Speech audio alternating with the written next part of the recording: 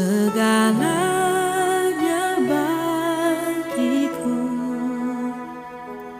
Hadirmu di hidupku, terutama bagiku. Penyertaan-Mu Tuhan, segalanya bagiku. Hadir-Mu di Tuhan, kita mau datang kepada Tuhan, kita mau menyerahkan hati kita mau bersekutu dengan Tuhan. Sebelum itu mari kita satu dalam doa. Bapa, di dalam nama Tuhan Yesus, Bapa yang kami sembah, Bapa yang kami muliakan, pada saat malam hari ini Tuhan, kami mau datang kepadamu Tuhan, memuji dan menyembah Tuhan. Layakkanlah setiap kehidupan kami pada malam hari ini Tuhan. Umat-Mu pada malam hari ini datang kepadamu Tuhan, tersungkur memuji dan menyembah Tuhan.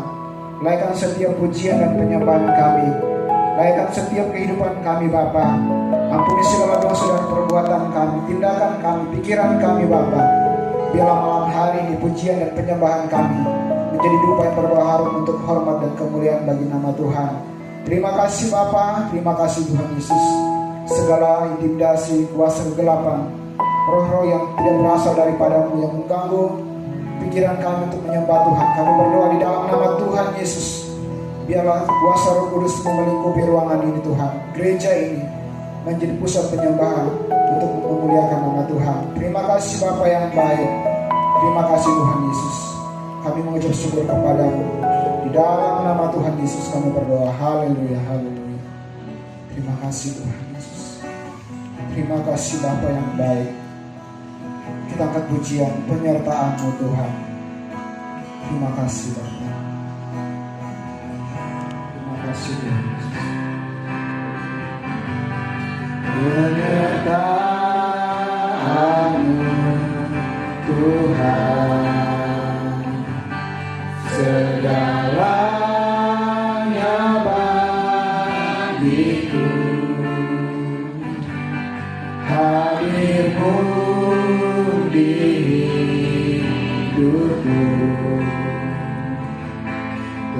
terutama bagiku. Anugerah-Mu Tuhan,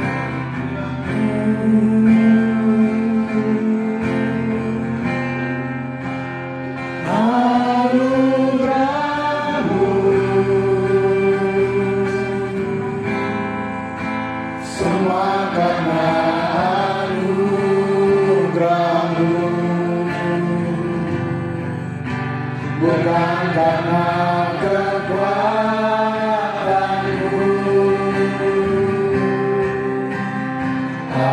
Anugerah-Mu,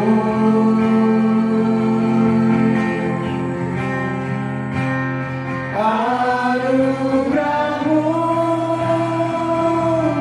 Tuhan, kasih dan sayang-Mu, sumber kekuatan bagiku. Anugerah-Mu Tuhan, Tuhanlah kekuatan-Ku. Haleluya.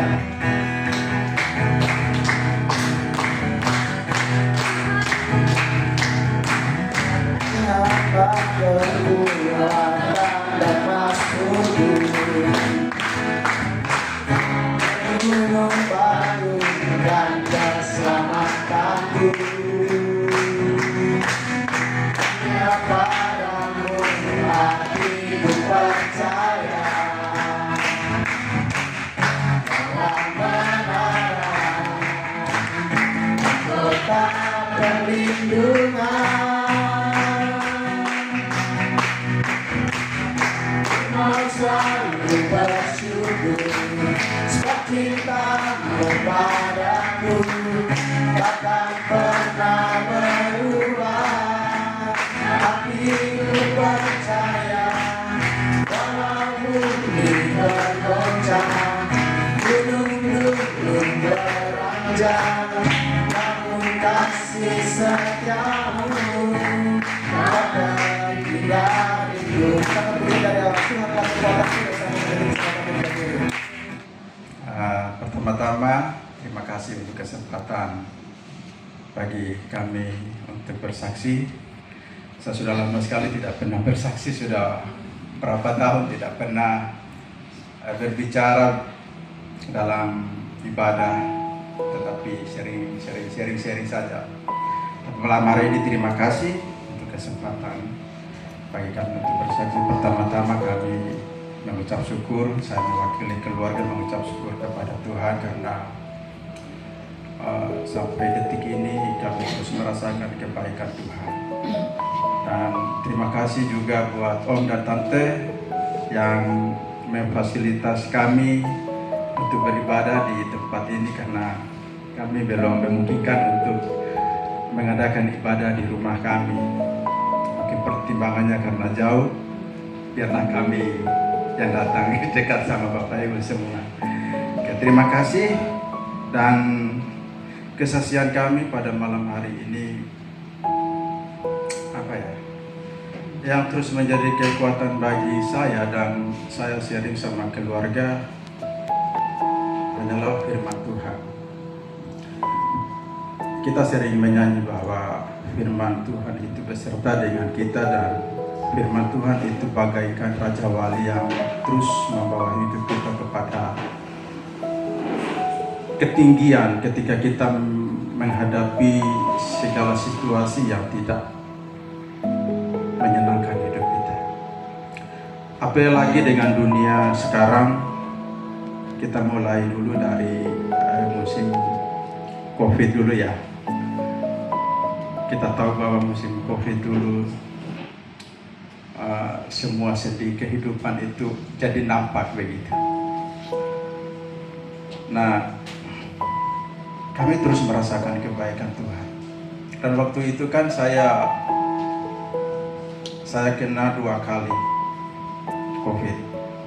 Yang pertama itu yang mengakibatkan semua jemaat itu kena COVID itu secara prediksikan itu awalnya dari saya. Saya ketika itu hari ibadah di gereja, ya biasa saya cek main semua, mulai dari Bapak Gembala cek sampai singer semua. Akhirnya yang singer itu kena semua. Jadi cek per cek itu dimulainya dari saya. Aduh, ketakutan juga. Begitu begitu rame di grup, saya kabur ke Toraja. Waktu itu saya kabur ke Toraja, betul. Saya kabur jam kan dari sore sudah rame di grup. Begini. Pak Teddy WA saya pribadi, Pak Kolo begini. Jadi Pak Teddy bilang, minta maaf Pak Kolo, mungkin ini awalnya dari Pak Kolo. Saya mengaku mungkin, karena memang sebelumnya saya sudah pernah demam dari proyek, dan dari proyek itu hampir saya tidak bisa sampai di rumah. Untuk visi saya kuat, jadi bisa naik motor sendiri sampai di rumah, sudah tidak ngapa-ngapain lagi, langsung saya tidur. Tapi puji Tuhan, beberapa hari demam saya sembuh. Jadi sampai ikut ibadah yang di gereja pertama kalinya itu. Jadi ketika ramai di grup, saya kabur ke Toraja. Jam 10 malam saya suruh keluarga dari Toraja, suruh jemput saya pakai mobil dari Toraja. Saya charter mobil yang dari Toraja, suruh jemput saya. Bersama-sama kami sekeluarga. Nah, itu pertama saya mengucap syukur pada waktu itu, karena ya pada waktu itu lagi rame-ramenya dan semua itu banyak sekali orang yang berangkat duluan meninggalkan kita. Tetapi saya masih diberi kesempatan. Bukan cuma itu Bapak Ibu, saya sampai kena yang kedua kali dan betul-betul positif ketika saya periksa. Positif, jadi saya di karantina, kebetulan ada rumahnya Om di Sudia. Saya di karantina mandiri, jadi cuma di sore saja diantar makan.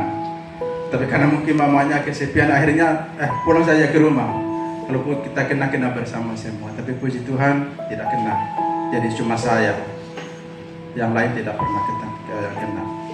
Dan yang kedua, kesaksian kami bahwa ketika kami dalam menjalani hidup, baik secara pribadi maupun dalam keluarga. Kita tahu Bapak Ibu bahwa kami sangat diberkati Tuhan. Kenapa?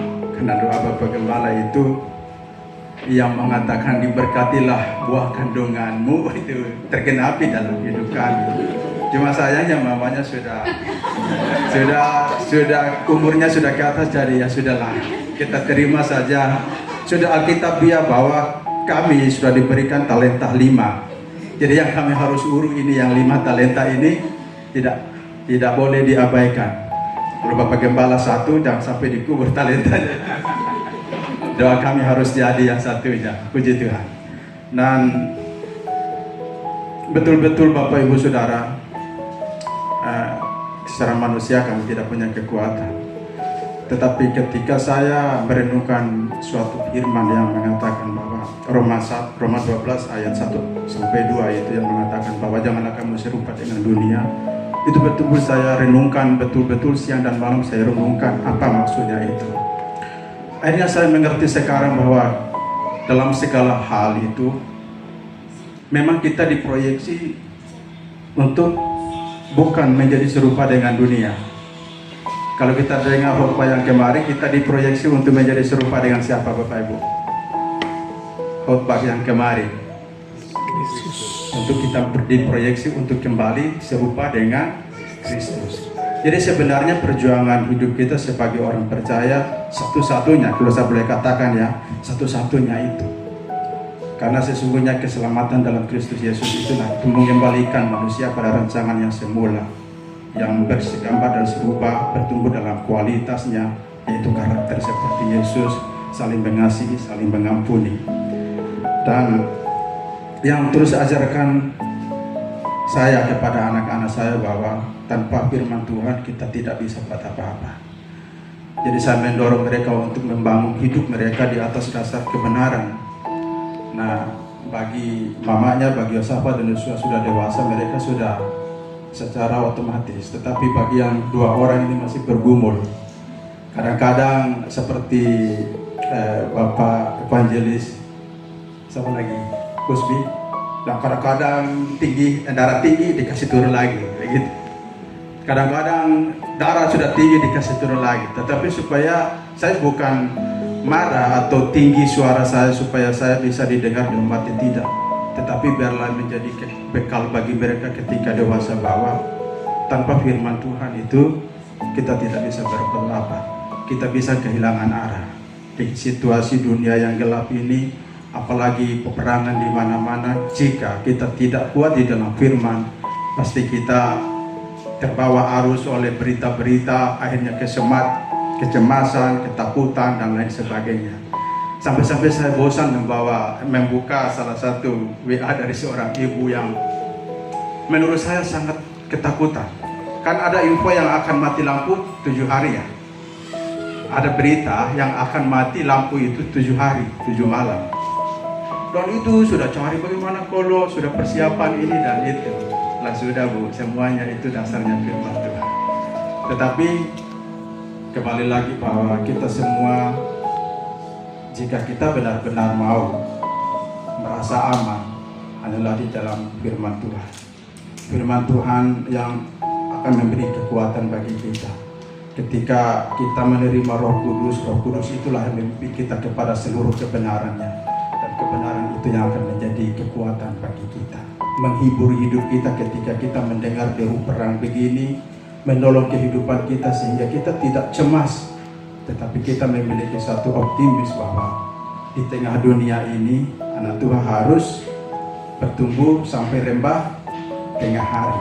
Artinya kita harus bertumbuh semaksimal hidup kita, sisa umur hidup kita belajar untuk hidup melakukan kehendak Bapa, yaitu sesuai dengan firman Tuhan.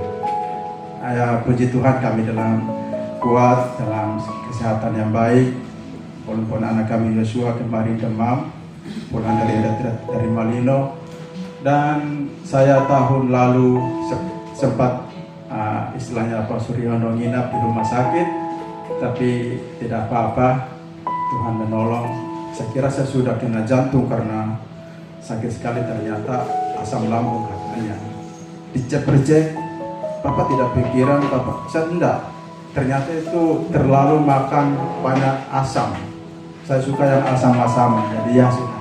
Apa yang ditabur itu dituai, makanya semua kita harus bertobat. Soal makanan pun kita harus bertobat. Terima kasih, mungkin ini kesaksian kami kembalikan kepada pemimpin kecil. Terima kasih buat kesaksian yang sudah dibagikan kepada kami semua. Kiranya Tuhan Yesus memberkati keluarga Pak Kolos, keluarga yang ada, dimanapun mereka berada, Tuhan sertai. Puji nama Tuhan, masih memuji Tuhan. Kita angkat satu pujian, bangkit serukan nama Yesus.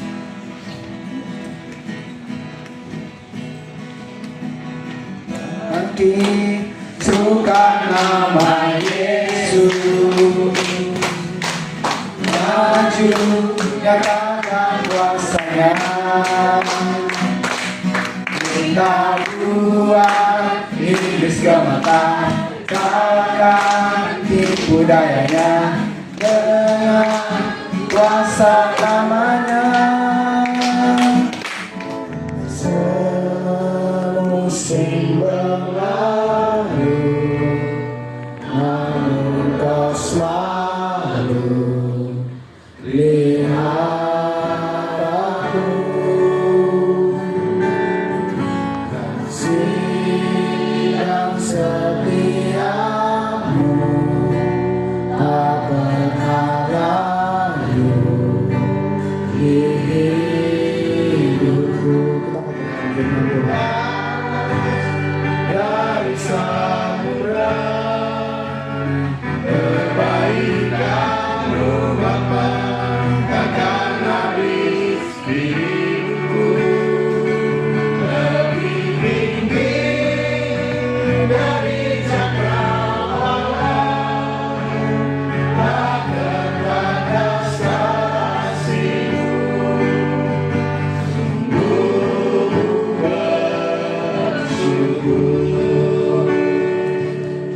Terima kasih Bapa yang baik. Pada malam hari ini kami berkumpul Tuhan, kami sehati Tuhan. Kami rindu Tuhan untuk mendengar firman-Mu Tuhan. Bapa, Kau yang matikan Tuhan hamba-Mu yang tidak bisa apa-apa ini Tuhan, agar firman sudah murni dari Engkau Tuhan yang mengalir Tuhan. Terima kasih Tuhan, kami akan siap mendengar suara-Mu pada malam ini melalui hamba-Mu yang tidak berguna ini Tuhan, agar berbuah-buah Tuhan menjadi berkali-kali lipat Tuhan dan menjadi buah bagi sekeliling kami Tuhan. Terima kasih Bapa yang baik. Kami akan mulai mendengar firman-Mu pada malam hari ini. Dalam nama Tuhan Yesus Kristus kami telah berdoa mengucap syukur. Haleluya. Amin.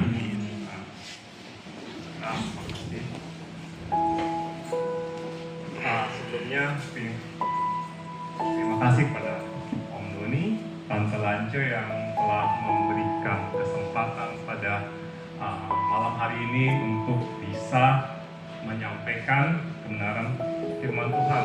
Malam hari ini tadi mendengar Pak Polo saksian, ingat juga waktu kayaknya Desember 2020 ya, waktu itu ya, kejadian rame-rame ya. Saya sempat sombong waktu itu karena saya tidak kena, walaupun istri saya kena seminggu, kalau ketahuan saya bebas. Saya pikir saya kebal. Tapi tahu sendiri toh, tahun 2021 di bulan Agustus kayaknya saya paling parah kena di sini kayaknya ya. Nggak tahu ada nggak yang lebih parah daripada saya kena, saya tidak tahu. Saya hampir pindah benua kayaknya saat itu. Oke, nggak usah lama-lama. Tapi tadi Pak Polo mengingatkan bahwa bukan karena kuat gagah, kadang-kadang kita merasa kita punya kekuatan, badan kita kuat, kita udah jaga makanan, sudah olahraga, sudah merasa antibodi kita kuat, bahkan sudah disuntik ya di sini ya, saat disuntik ya. Kalau Tuhan punya kedaulatan nggak ada gunanya juga. Jadi memang kalau kamu harus sakit ya sudah sakit ya. Tadi itu ya cukup lumayan juga sih, 2 minggu 1 bulan kira-kira, 2 minggu di rumah sakit ya. Bahagia sekali bisa lihat matahari bersinar begitu keluar, rasanya seperti bebas dari penjara. Ini saya masih agak tinggi, jadi saya agak turun saja. Hari ini sebetulnya saya ada miskom sama Pak Gembala, maaf mestinya bisa kemarin, tapi ternyata firmannya berubah. Ada rema yang datang ke hati. Saya suka sekali menggali-gali firman. Mungkin agak berbeda hari ini. Kalau lihat-lihat mungkin khotbah pendeta di YouTube, mungkin ini nggak tahu nemu atau tidak ya. Tapi ini murni dari penggalian firman yang memang itu datang ke saya dulu. Jadi di sini akan betulnya sederhana, simple. Seseorang yang mempunyai kelemahan dari lahir dan seseorang yang mengalami musibah sehingga hilang kekuatannya. Ini inti khotbah hari ini. Ya, ini juga mendatangi saya. Saya juga mempunyai kegalauan karena beberapa tahun lagi mungkin saya memasuki masa pensiun. Jadi bagi orang yang belum pernah usaha sendiri, sedikit agak kegalauan. Tapi firman ini menguatkan. Tapi karena ini tidak semua orang tipikal sama dengan saya, jadi saya tambahkan lagi satu. Ya, itu kita lihat left-handed warrior. Ada yang bisa nebak nggak? Kira-kira saya ambil ayat, ini ambil ayat di mana? Bisa kita kira nggak? Left-handed warrior. Ada 2 di firman Tuhan di Perjanjian Lama. Ya, kita boleh saja masa lama-lama. Tapi karena ini banyak cerita dan kita nggak mungkin buka Alkitab, saya sudah simulasi tadi pagi hari 27 menit. Jadi kalau saya buka satu-satu bisa lebih dari 1 jam. Jadi saya cerita saja, mungkin tidak banyak yang tahu ceritanya, tapi mungkin sebagian sudah tahu. Ada satu orang asis yang namanya Ehud. Dia terlahir kidal. Kita bisa buka di Hakim-Hakim ayat 3, ayat 15. Saat itu Israel setelah masuk tanah perjanjian, dia menaklukkan daerah-daerah. Ada hakim-hakim ditunjuk oleh Tuhan untuk memimpin bangsa Israel. Dan saat itu mereka ditindas oleh Raja Moab yang namanya Eglon. Ya, gendut, buncit, dan artinya takus, nggak bisa menahan hawa nafsu. Tuhan mengirim Ehud, seorang penyelamat yang kidal, left-handed kalau bahasa Inggrisnya, warrior. Dengan perantaraannya dia bisa membunuh Eglon. Left-handed Israel itu kalau kita lihat seperti kita mengagungkan tangan kanan. Waktu saya memberikan uang kepada pedagang tangan kiri, waktu saya kecil, mama saya marah, nggak sopan. Waktu saya kasih salam sama orang pakai tangan kiri, pada sopan, tidak sopan, dimarahin. Di situ saya belajar bahwa tangan kiri itu tangan yang jorok karena digunakan untuk, nah itu ya, bisa disebut ya kan, karena orang tua saya menyebutkan itu untuk menyuci seperti itu, jadi tidak boleh digunakan untuk hal yang baik. Satu orang ini terlahir kidal. Bisa dibayangin masa kecilnya itu bisa dibully itu tidak ya, pasti dia pasti dimarahin orang tuanya pertama kali ya. Tapi justru karena kekidalan ini dia bisa dipakai Tuhan untuk mengalahkan si Eglon. Kenapa? Karena pada saat itu, ini mungkin belum banyak yang dengar ceritanya, saat kita menghadap raja, kita digeledah bawa senjata dilepas. Biasanya orang yang normal dia akan membawa pedang di sebelah kiri ya, untuk seperti itu. Tapi karena dia kidal, dia menaruh di sebelah kanan. Jadi waktu dia masuk ke istana raja, hendak menghadap, digeledah di sebelah kiri, lolos. Sambil dia datang ke Eglon, dia mengatakan, "Pak, saya bawa peti, tapi ada suara Tuhan, gak boleh ada yang tahu. Boleh keluar yang lain, toh saya udah digeledah, tidak ada senjata, saya tidak bersenjata, saya tidak berbahaya." Oke.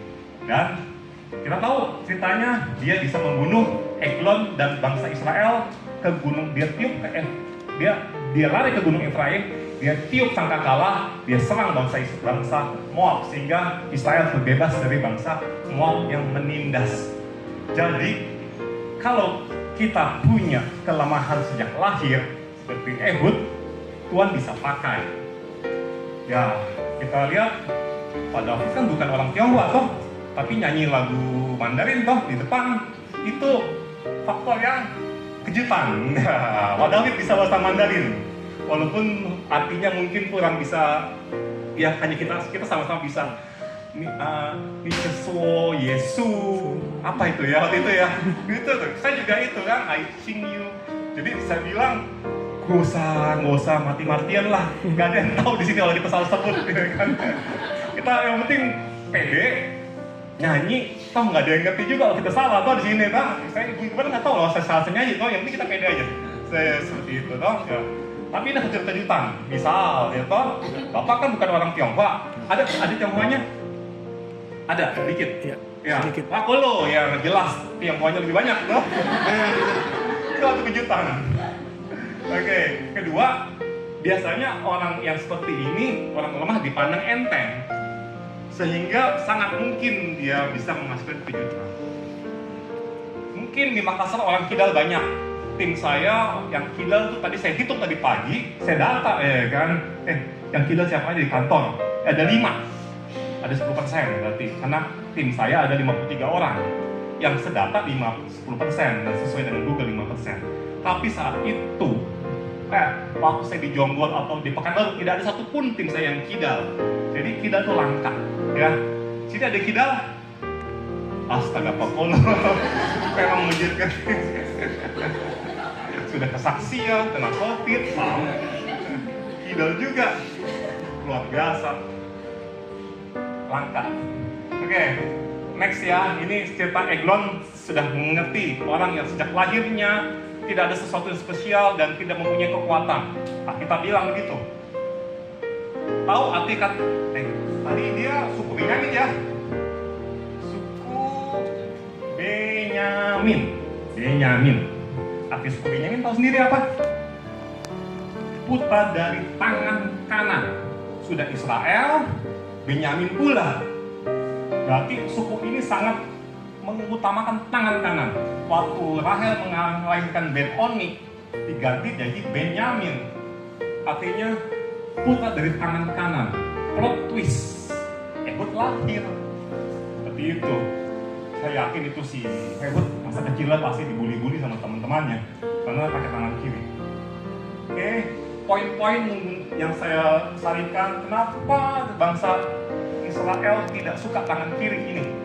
Tangan kanan dianggap simbol kekuatan dan otoritas, tangan dominan. Selalu kan, kalau kita lihat di Alkitab, di tangan kanan kan semuanya tuh, di Wahyu, dililit tangan kanan. Israel juga kalau berdoa juga ada lilitan di tangan kanan, bukan di tangan kiri, karena dianggap tangan kanan adalah dominan dan adalah kekuatan. Kehormatan, sebelah kanan adalah posisi tertinggi. Hak kesulungan, tangan kanan biasa papa-papa itu memberkati anak pakai tangan kanan. Ingat Yakub waktu memberkati cucunya Manasya dan Efraim, Manasya ada di sebelah kiri. Dengan maksud Yusuf mengatakan bahwa tangan yang sulung akan dari tangan kanan, tapi Yakub menyilangkan tangannya. Efraim yang diberkati di tangan kanan, ya, dan dia bilang saya tahu, jadi saya nggak salah bahwa yang kecil akan menjadi lebih besar. Tangan kanan adalah tangan yang bisa berkat lebih besar. Hak kesulungan yang berarti dapat warisan 2 kali lipat jadi banyak. Tangan kanan double berkat. Ya, dan mengandung arti pertolongan Tuhan. Ya, itu. Makanya timbul si Ehud, saya rasa itu kasihan masa kecilnya. Tapi Pak Kolo nggak seperti itu, toh? Nah, ada satu lagi cerita tentang di Hakim-Hakim 20 ayat 16. Ingat peristiwa Noda Dige, Pak? Ada yang tahu? Ada yang belum pernah dengar? Ada yang belum pernah dengar peristiwa Noda Dige, Pak? Kalau enggak, saya nggak usah cerita. Kalau saya cerita 27 menit, udah sedikit cerita aja deh. Intinya, kita baca di Hakim 20 itu ada seorang Lewi mempunyai seorang gundik, bukan istri. Gundik itu apa? Istri selebihnya ya. Gundik membawa berkemalaman dan bermalam di daerah Benyamin, di kota Gibea, ya, Gibea. Dan pada saat dia bermalam di seorang Efraim, malam-malam dikepung orang-orang Dursila. Saya nggak tahu orang-orang Dursila kok ada di Benyamin. Tapi pada saat ini ditulis hakim-hakim ini tidak ada pemimpin, kekosongan hakim, di mana orang berbuat dengan sesuka hatinya, di mana tidak ada pemimpin, tidak ada mengingatkan, akan jadi kekacauan. Makanya kita harus ada di satu denominasi, walaupun mungkin denominasi itu tidak sempurna, ya, tapi kita harus ada di naungan satu denominasi. Kalau enggak, tidak ada yang bisa mengatur. Ini faktanya. Jadi rumahnya itu dikepung oleh orang Dursila. Dia yang saya nggak habis mengerti, itu kan cowok-cowok, kenapa dia juga mau minta itu cowok juga, ya kan? Itu yang saya awalnya masih nggak mudeng, kok ada suku Israel yang sebejat ini. Kayak nggak mungkin, karena kan itu hukum Taurat diturunkan oleh bangsa, oleh Tuhan. Harusnya Israel yang kita tahu setiap hari mengatakan hukum Taurat. Mestinya sih tidak. Kenapa kok ada orang Dursila di Gibea ini, di Benyamin? Ceritanya gini, akhirnya kan itu Lewi itu tidak mau dia dipakai toh, kan cowok kan nggak mau toh. Dia tangkap gundiknya, bukan ditangkap oleh orang Dursila. Dia ambil gundiknya, dikasih ke orang Dursila itu, pakailah ini. Gundiknya mati, akhirnya kecapean. Ya, akhir kata dia menyebarkan hoax ke seluruh Israel bahwa gundiknya ditangkap. Padahal kan di Alkitab sebelumnya gundiknya dia yang nangkap, dia serahkan. Tapi beritanya ke seluruh Israel, gundiknya itu ditangkap orang Dursila. Akibatnya, ya hoax itu mudah sekali tersebar. Saya masih penasaran, Tuhan, kenapa ada orang Dursila di Israel walaupun tanpa hakim pun harusnya dengan hukum Taurat zaman Nuh ini harus sudah habis. Kok nongol lagi orang kayak Sodom dan Gomora di sini? Kenapa Tuhan? Bergumul biasanya kan tiap pagi saya baca Alkitab, ini 3 pasal tiba-tiba terseledet kata Gibeon. Ya, Gibeon, ingat ada kejadian apa di Gibeon? Ya, Gibeon dan Gibea hanya 6 sampai 8 kilo. Ya, ingat kejadian Gibeon itu ada apa? Sekolah minggu ada ingat Gibeon ada apa? Gibeon. Ingat sekolah minggu pada saat Yosua 9 Tuhan suruh tumpas seluruh penduduk Kanaan, orang Yebus, Het, Hewi, Amori, tumpas. Tapi waktu Joshua memasukin Gibeon setelah penaklukan Ai, orang Gibeon datang menipu Joshua, mengajarkan perjanjian, sehingga suku Amori dan Hewi dibiarkan tinggal. Yosua mengajarkan perjanjian. Ini keturunan Ham, Kanaan, yang masa Nuh ini dikutuk sama Nuh. Betul, saya juga coba menggali faktor Nuh dikutuk. Kenapa Ham yang mengatakan ketelanjangan Nuh tapi Kanaan yang dikutuk? Itu ada telaah lebih lanjut. Karena ada anak kecil di sini, saya tidak mau vulgar ngomong. Ada ketidaksenonohan seksual di situ. Kalau dibaca dari telaahnya di Tafayu, saya dengar ada yang tidak enak, ya kan? Dan ini ternyata nyambung ke sini. Orang-orang Dursila ini mungkin ya dekat sekali, ya kan? Kayak kita dengan Maros kan dekat sekali. Dan kita butuh apa, Maros butuh apa kan kita saling supply. Banyak orang Maros juga beli rumah di Makassar. Jadi pembeli rumah di Citalentawasa itu 80% ada orang Sulsel. Yang banyak tuh orang Maros, Enreka, Parepare. Jadi mereka beli rumah di situ, sama juga dengan sini. Kemungkinan juga ini tafsiran saya, ya kan, saya analisis yang kedua ya. Ada ini suku-suku ini yang masih di sini, dan ini masih mempunyai aktivitas yang tidak sesuai dengan kehendak Tuhan, yang mengakibatkan bangsa Benyamin mau dimusnahkan, ya. Jadi kayak skala minggu lagi nih, apa ya? Oke. Disinilah Tuhan memakai 700 warrior. Oh ya, saya bahas dulu suku Benyamin ya. Suku Benyamin itu kan waktu itu kan diminta, serahkanlah orang-orang Dursila itu, kami akan hukum mati dan kami akan hapus mereka dari orang-orang Israel. Mesti kan kasih aja Benyamin, kenapa ditahan juga? Ini lagi, kita gali lagi ya. Mohon sabar, saya gali lagi di suku Benyamin. Ingat, suku Benyamin apa nubuatannya sama Yakub? Suku Benyamin adalah seperti serigala yang menerkam. Serigala itu kalau kita perhatikan sifatnya kompak, satu tim, apapun juga salah nggak salah dia akan dilindungi. Contohnya ada, kita lihat ini serigala, lihat yang lemah dilindungi, yang warna biru. Yang depan, yang tua-tua tapi pengalaman. Tahu nih saya di sini kali ya. Yang masih besar di sini, ini yang muda-muda yang kuat-kuat, yang mampu bertempur. Ya, yang tua-tua udah pengalaman, sudah bertempur sekian lama, tapi nggak sekuat yang sini. Dia nggak ditaruh di belakang, karena bisa ketinggalan. Umurnya mungkin sudah kuadran keempat, ya. Yang ini yang terkuat. Ini alfanya, pemimpin di belakang, menjaga barisan di belakang supaya tidak ada yang tertinggal. Sifat serigala seperti ini. Ini bangsa Benyamin. Makanya dia kesukuannya sangat kuat, dan bangsa Benyamin terkenal untuk tangguh dalam berperang. Ya, kita bahas. Ini dia. Suku Benyamin melindungi suku sendiri atas ketidakadilan. Padahal belum tentu suku sendiri. Ada orang Hamori, orang Hewi di situ, orang Dursila.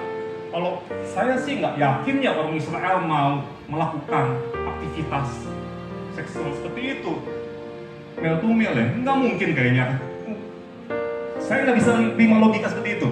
Kok ada suku Israel yang dengan hukum Taurat walaupun nggak ada pemimpin, kok bisa melakukan itu? Kayak Sodom dan Gomora, gimana? Nggak mungkin. Logika saya loh ya. Bahkan Tuhan bilang baca Gibeon.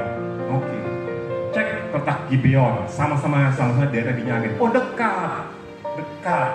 Ya, ini yang salah. Makanya sangat berbahaya kalau kita bergaul, komunitas kita aneh-aneh.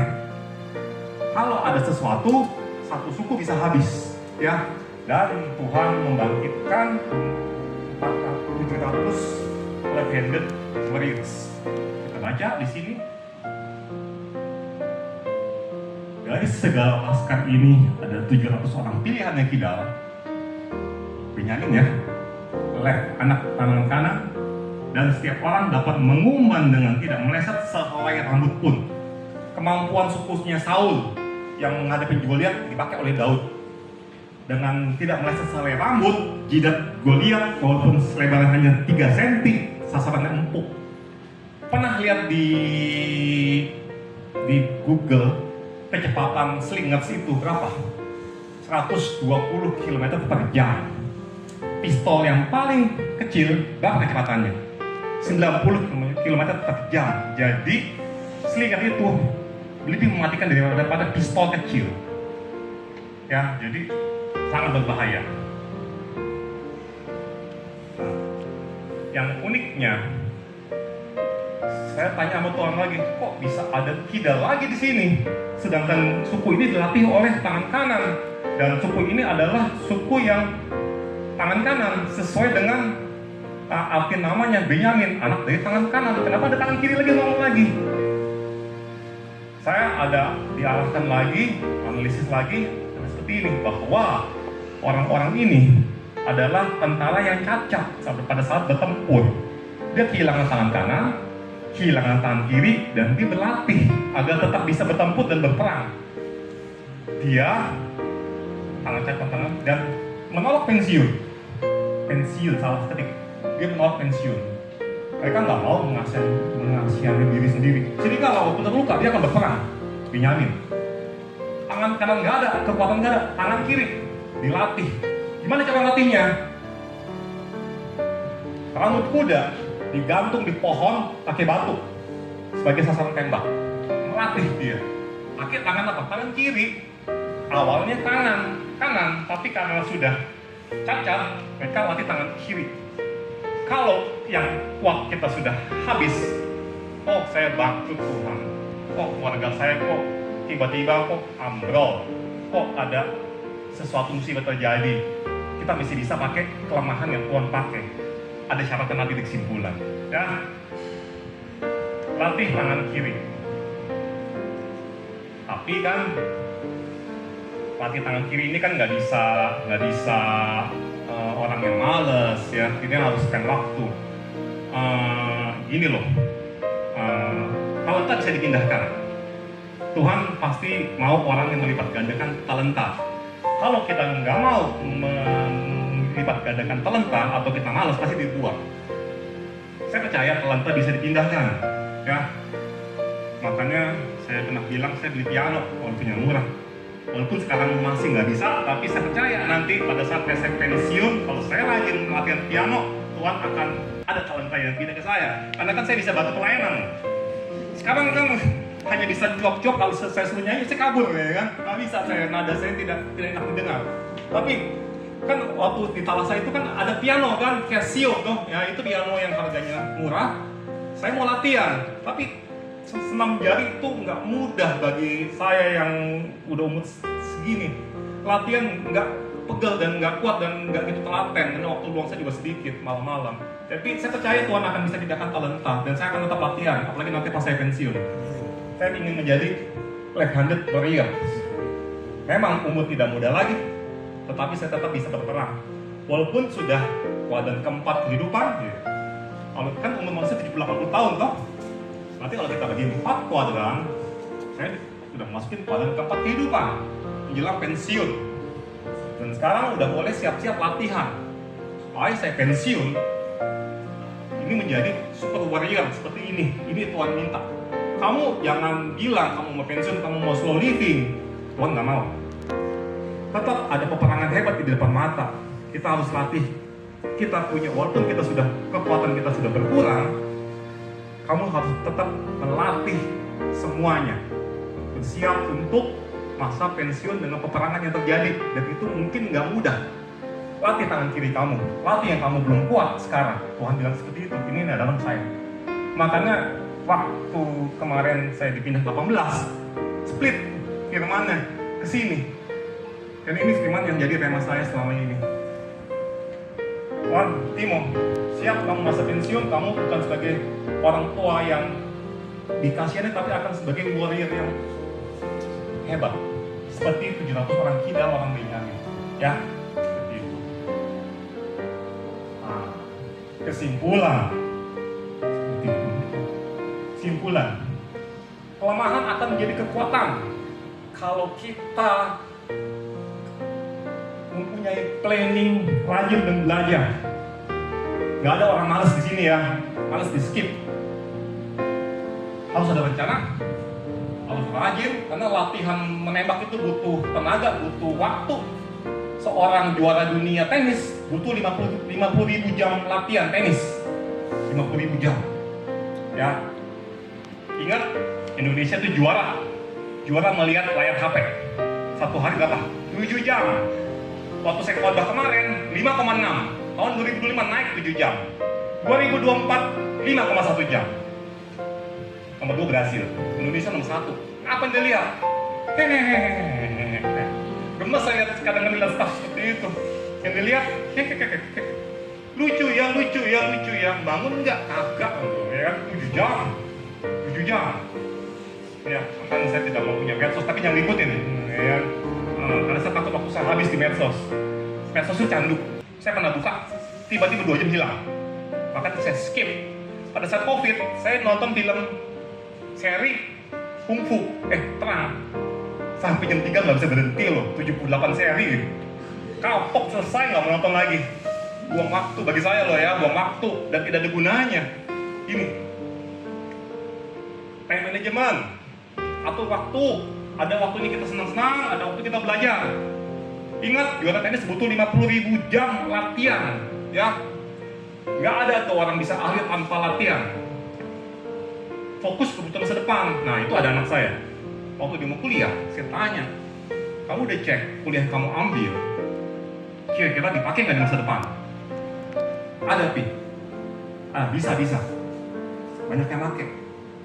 Banyak yang dibutuhkan. Kamu bisa nggak kuliah itu? Mampu nggak kira-kira? Saya suka.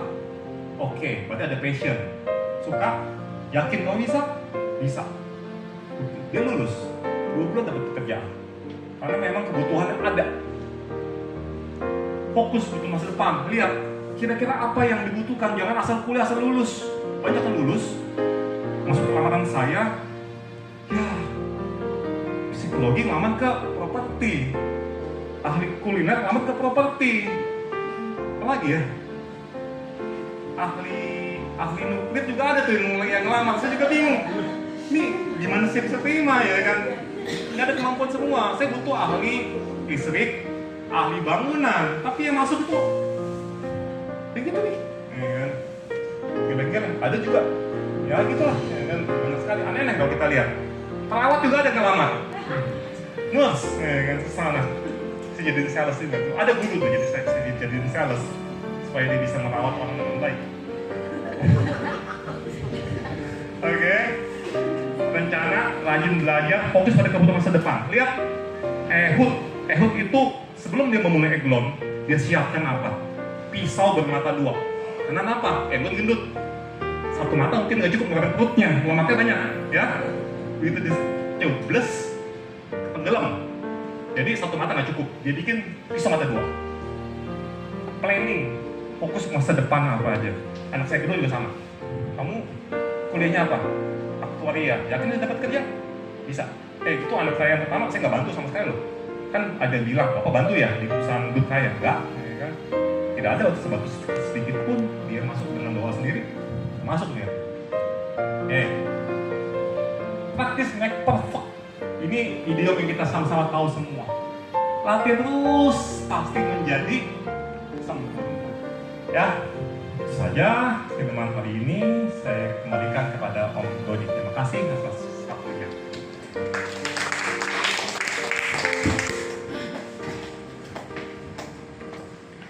Saudara diberkati Tuhan, bilang kiri kanan saya diberkati Tuhan.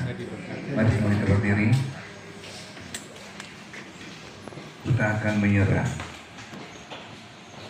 Ehud tidak menyerah dengan keadaan, tapi dia mempertajam keahliannya bersama Tuhan. Dia mengalami kemenangan demi kemenangan, menghancurkan raja yang menindas mereka. Saya tidak tahu apa kelemahan saudara, tapi yang jelas, dengan Tuhan engkau mampu, dengan Tuhan engkau berhasil. Haleluya. Terima kasih Tuhan untuk kebenaran firman-Mu yang telah disampaikan oleh hamba-Mu ya Tuhan pada malam hari ini. Tuhan, kami berdoa buat hamba-Mu. Tuhan berkati dia, berkati keluarganya, anak-anak, istri, semuanya diberkati oleh Tuhan. Isi rumahnya diberkati oleh Tuhan, pelayanannya diberkati oleh Tuhan, menjadi berkat dimanapun dia berada dan puji Tuhan. Tuhan berkati pekerjaannya, apa yang dikerjakan oleh tim dan keluarga dibuat Tuhan berhasil. Di dalam nama Tuhan Yesus, Engkau berkati kesehatannya, seisi rumahnya diberkati oleh Tuhan. Tuhan beri kesehatan yang terbaik, segala sakit penyakit dilalukan di dalam nama Yesus, sehat dan kuat untuk melayani Tuhan. Firman Tuhan yang begitu indah datang pada malam hari ini ya Tuhan.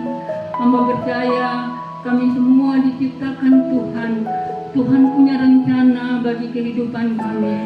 Apapun kelemahan kami ya Tuhan, ketika kami bersama dengan Engkau Tuhan, Tuhan akan terus menyempurnakan hidup kami, pelayanan kami Tuhan, yang kami lakukan menjadi berkat bagi banyak orang Tuhan.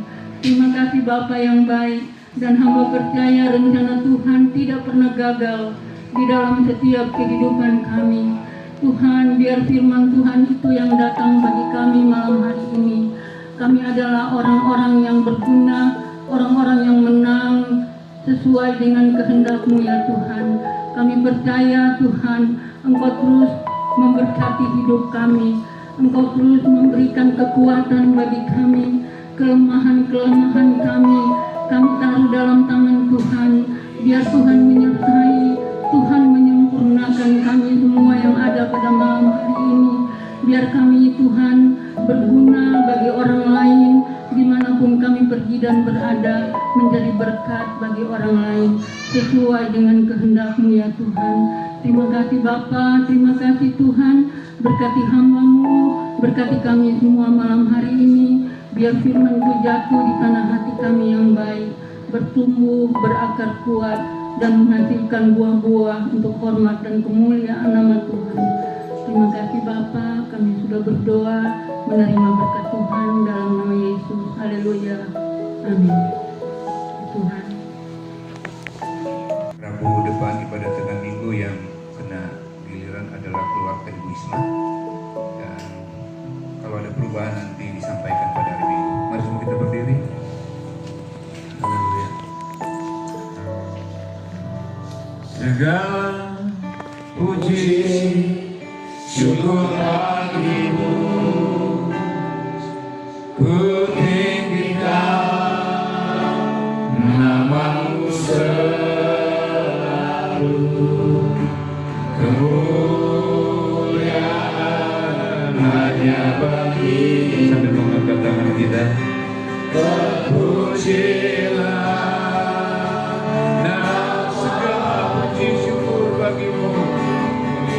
Puji syukur bagimu Bapa di dalam surga, Bapa yang telah memberkati ibadah kami, Bapa yang telah berbicara bagi kami, Bapa yang telah melawat kami pada malam hari ini.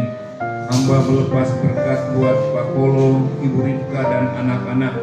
Dalam nama Bapa, Putra dan Roh Kudus, rumah tangga dari Pak Kolo dan Ibu Ripka diberkati oleh Tuhan. Tuhan melimpahkan segala berkat yang terbaik dalam rumah tangga mereka. Makan, minum disediakan, dicukupkan Tuhan. Dalam usaha pekerjaan diberkati berlimpah-limpah oleh Tuhan. Ada damai sejahtera dalam rumah tangga, ada kasih mesra dalam rumah tangga. Anak-anak mereka diberkati dalam masa depan. Masa muda diberkati, masa depan diberkati Tuhan. Hamba percaya seisi rumah dari Pak Kolo terus diberkati Tuhan di tahun ini, bahkan sampai selama-lamanya. Kami yang datang beribadah kepada Tuhan, hamba percaya kami semua juga diberkati oleh Tuhan. Orang yang setia beribadah kepada Tuhan, makan, minum dijamin oleh Tuhan. Tuhan melimpahkan segala kesehatan, sebab Tuhan berkenan atas ibadah-ibadah yang dipersembahkan kepada Tuhan. Segala kemuliaan hanya bagi Tuhan. Terima kasih Bapa, terima kasih. Arahkan hati kepada Tuhan, angkat tanganmu dan terima berkat Tuhan. Dan akhirnya terimalah berkat rahmat dan anugerah dari Allah Bapa, cinta kasih sayang kepada Tuhan Yesus Kristus, kekuatan penghiburan urapan Roh Kudus menyertai kita semua sekarang sampai selama-lamanya. Dalam berkat nama Bapa, Putra dan Roh Kudus kami mengakhiri ibadah kami. Semua yang diberkati Tuhan sama-sama katakan amin. Selamat malam, Tuhan berkati.